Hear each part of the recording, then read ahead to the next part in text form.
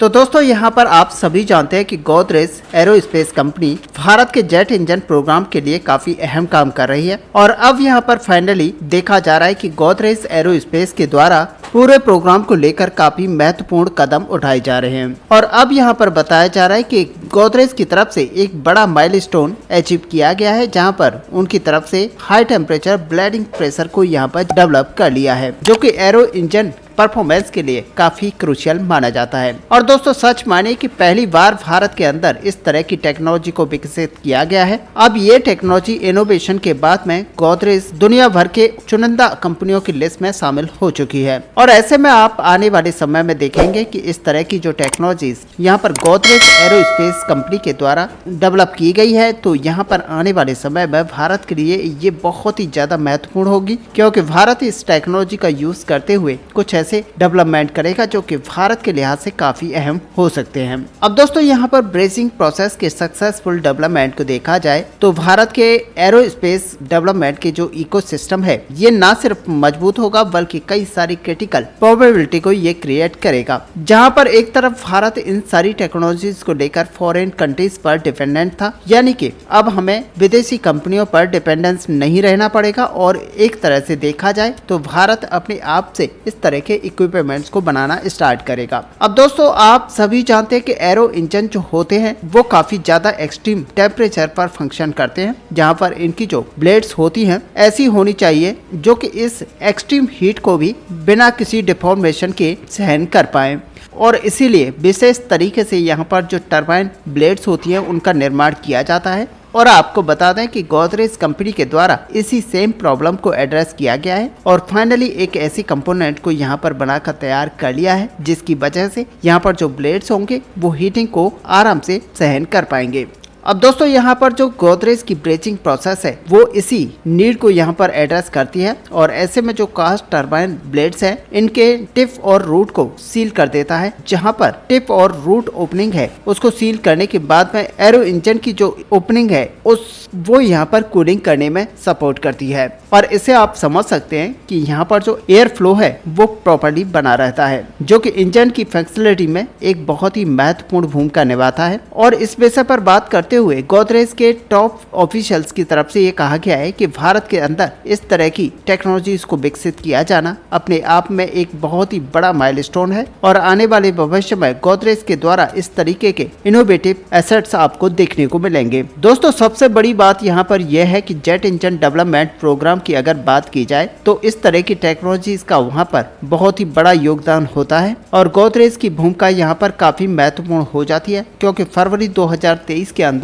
एक ऐसी रिपोर्ट निकल कर आई थी जहां पर यह कहा गया था कि गोदरेज एंड बॉयज यहां पर एक बड़ा कॉन्ट्रैक्ट के लिए तैयार हो चुकी है, जो कि एरोस्पेस इंजन के रूप में होगा। और फाइनली दोस्तों 2023 के अंदर ही कावेरी ड्राई इंजन के जो 8 मॉड्यूल्स हैं इनको बनाने के लिए गोदरेज एरोस्पेस कंपनी को चुना गया था और तब से यहाँ पर इस कंपनी ने इस पूरे प्रोजेक्ट के ऊपर काम करना स्टार्ट किया था। और उसके बाद में यहाँ पर गैस टरबाइन रिसर्च एस्टेब्लिशमेंट की तरफ से इंजन पार्ट की मैन्युफैक्चरिंग के लिए गोदरेज एरोस्पेस को यहाँ पर चुना गया था। और फाइनली यहाँ पर जो पहला इंजन है वो 2024 के अंत तक डिलीवर कर दिया जाएगा और बाकी के जो 6 इंजन हैं इन्हें 2025 अगस्त तक डिलीवर किया जाने का टारगेट रखा गया है। और बाद में इन इंजन को सर्टिफिकेशन के लिए इस्तेमाल किया जाएगा। और 7 मई 2024 को यानी कि कल के दिन गोदरेज से एक बहुत ही बड़ी रिपोर्ट निकल कर आई थी और इस चीज का यहाँ पर प्रमाण मिल चुका है कि गोदरेज इस पूरे प्रोग्राम में एक महत्वपूर्ण भूमिका निभाने वाली है। अब दोस्तों यहाँ पर केवल गोदरेज ही एक महत्वपूर्ण भूमिका निभाने वाली नहीं है, बल्कि यहाँ पर गैस टरबाइन रिसर्च एस्टेब्लिशमेंट की तरफ से भी हमें कुछ मेजर डेवलपमेंट देखने को मिले हैं। जहाँ पर गैस टरबाइन रिसर्च एस्टेब्लिशमेंट की तरफ से ऑलरेडी जो लाइट कॉम्बैक्ट एयरक्राफ्ट तेजस है उसके लिए एक फ्लाइंग टेस्ट पैड के रूप में इस्तेमाल करने का फैसला किया गया है और वो इस क्षेत्र के अंदर काम भी कर रहे हैं, जहां पर ड्राई कावेरी इंजन को इनसे टेस्ट किया जाएगा। और 2023 में गैस टरबाइन रिसर्च एस्टेब्लिशमेंट की तरफ से एक टेंडर जारी किया गया था जो कि लाइट कॉम्बैक्ट एयरक्राफ्ट तेजस को लेकर था।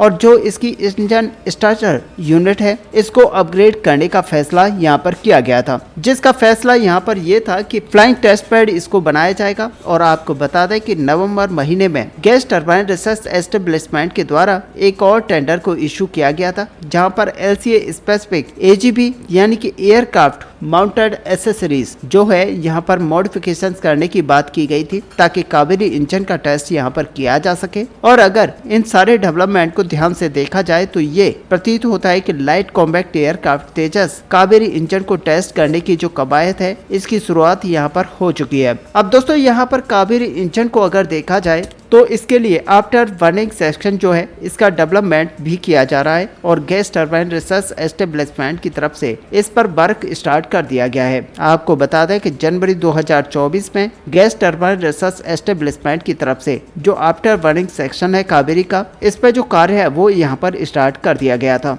और ऐसा कहा जा रहा है कि आफ्टर बर्निंग सेक्शन लगने के बाद में ये 73 से लेकर 80 किलो न्यूटन तक का थ्रस्ट जनरेट करने में कैपेबल होगा। अब अगर हम जनरल इलेक्ट्रिक F404 इंजन की बात करें जो कि तेजस को यहाँ पर पावर करता है, तो ये 48 किलो न्यूटन का ड्राई थ्रस्ट यहाँ पर जनरेट करता है और तकरीबन 78 से लेकर 85 किलो न्यूटन के बीच में आफ्टर बर्नर के साथ ये थ्रस्ट को जनरेट करने में कैपेबल है। अगर यहाँ पर कावेरी इंजन 80 किलो न्यूटन के आसपास का थ्रस्ट जनरेट करने में कैपेबल होता है तो आप मानकर चलिए कि ये लाइट कॉम्बैक्ट तेजस एयरक्राफ्ट के लिए सफिशिएंट होगा। और ऐसे में आप मानकर चल सकते हैं कि जो हमारी डिपेंडेंसी अमेरिका के ऊपर आज बनी हुई है वो F404 इंजन को लेकर उसके लिए यहाँ पर कम किया जा सकता है। और फाइनली आपको देखने को मिलेगा कि हमारा जो कावेरी इंजन है वो यहाँ पर F404 इंजन को रिप्लेस करता हुआ दिखाई देगा। ऐसे में दोस्तों यहाँ पर सबसे महत्वपूर्ण बात यह है जो कि हमें पता होनी चाहिए कि गैस टरबाइन रिसर्च एस्टेब्लिशमेंट का उद्देश्य यहाँ पर कावेरी इंजन को आगे लेकर जाने का नहीं है, बल्कि इस पर जो रिजल्ट प्राप्त होंगे उनके आधार पर कावेरी 2.0 प्रोग्राम की स्टार्टिंग यहाँ पर की जाएगी, जहाँ पर वो 85 से लेकर 95 किलो न्यूटन तक की थ्रस्ट का इंजन बनाने में कैपेबल होंगे। और ऐसे में आप मानकर चलिए कि जब इस तरह के इंजन को भारत अपने दम पर बनाकर तैयार कर लेगा तो उस इंजन का इस्तेमाल यहाँ पर तेजस मार्क 1A में किया जाएगा। क्योंकि एक बात हम सब अच्छे से जानते हैं कि तेजस को जब मिडलाइट अपग्रेड मिलेगा तो उस दौरान इंजन स्वैपिंग की जो प्रक्रिया होगी और उस समय जो इंजन की स्वैपिंग होगी वो हमें इंडिजीनियस इंजन देखने को मिलेगा। और ऐसे में gas turbine research establishment private player के साथ मिलकर इस पूरे प्रोग्राम को आगे बढ़ा रही है, क्योंकि सही मायने में अगर भारत को यहाँ पर आत्मनिर्भर बनना है तो सबसे पहले हमें इंजन मैन्युफैक्चरिंग को मजबूत करना पड़ेगा और इसे हमें बनाकर तैयार करना पड़ेगा। अब ये बात हम अच्छे तरीके से जानते हैं कि इंजन मैन्युफैक्चरिंग एक कॉम्प्लेक्स टेक्नोलॉजी होती है और इसके लिए अलग अलग तरह के चैलेंजेस का सामना करना पड़ता है और इसमें बहुत सारी एक्सपर्टाइज और एक्सपीरियंस की जरूरत होती है। यहाँ पर हमें ऐसे विशेष एलॉयस हैं उनको भी विकसित करना पड़ता है जो कि एक्सट्रीम टेम्परेचर को एक्सटेंड कर पाएं, और ये चीजें कहीं न कहीं गैस टरबाइन रिसर्च एस्टेब्लिशमेंट के द्वारा अचीव कर ली गई हैं, क्योंकि इन्होंने अलग अलग इंजन मॉड्यूल्स को तैयार किया हुआ है और अलग अलग तरह के इंजन की टेस्टिंग ये कर चुके हैं। और सबसे बड़ी बात ये है कि हाई एल्टीट्यूड टेस्टिंग को भी इस इंजन के द्वारा टेस्ट कर लिया गया है, जिसका मतलब ये है कि ये इंजन लगभग अब बनकर तैयार हो चुका है और फाइनली ये पूरी तरह से अपनी टेस्टिंग के लिए तैयार है। और जब यहाँ पर टेस्टिंग कंप्लीट कर ली जाएगी तो ये उसके बाद में सर्टिफिकेशन के लिए जाएगा और एक बार जब सर्टिफिकेशन यहाँ पर मिल जाएगा तो फाइनली ये लड़ाकू विमानों में ऐड होना स्टार्ट हो जाएगा। ऐसे में दोस्तों इस बड़े अपडेट को लेकर यहाँ पर क्या व्यू है, आप अपना व्यू हमें कमेंट पर लिखकर जरूर बताएं। साथ ही अगर वीडियो आपको अच्छी लगी हो तो लाइक और शेयर करना ना भूलें। मिलते हैं नेक्स्ट वीडियो में, तब तक के लिए जय हिंद जय भारत।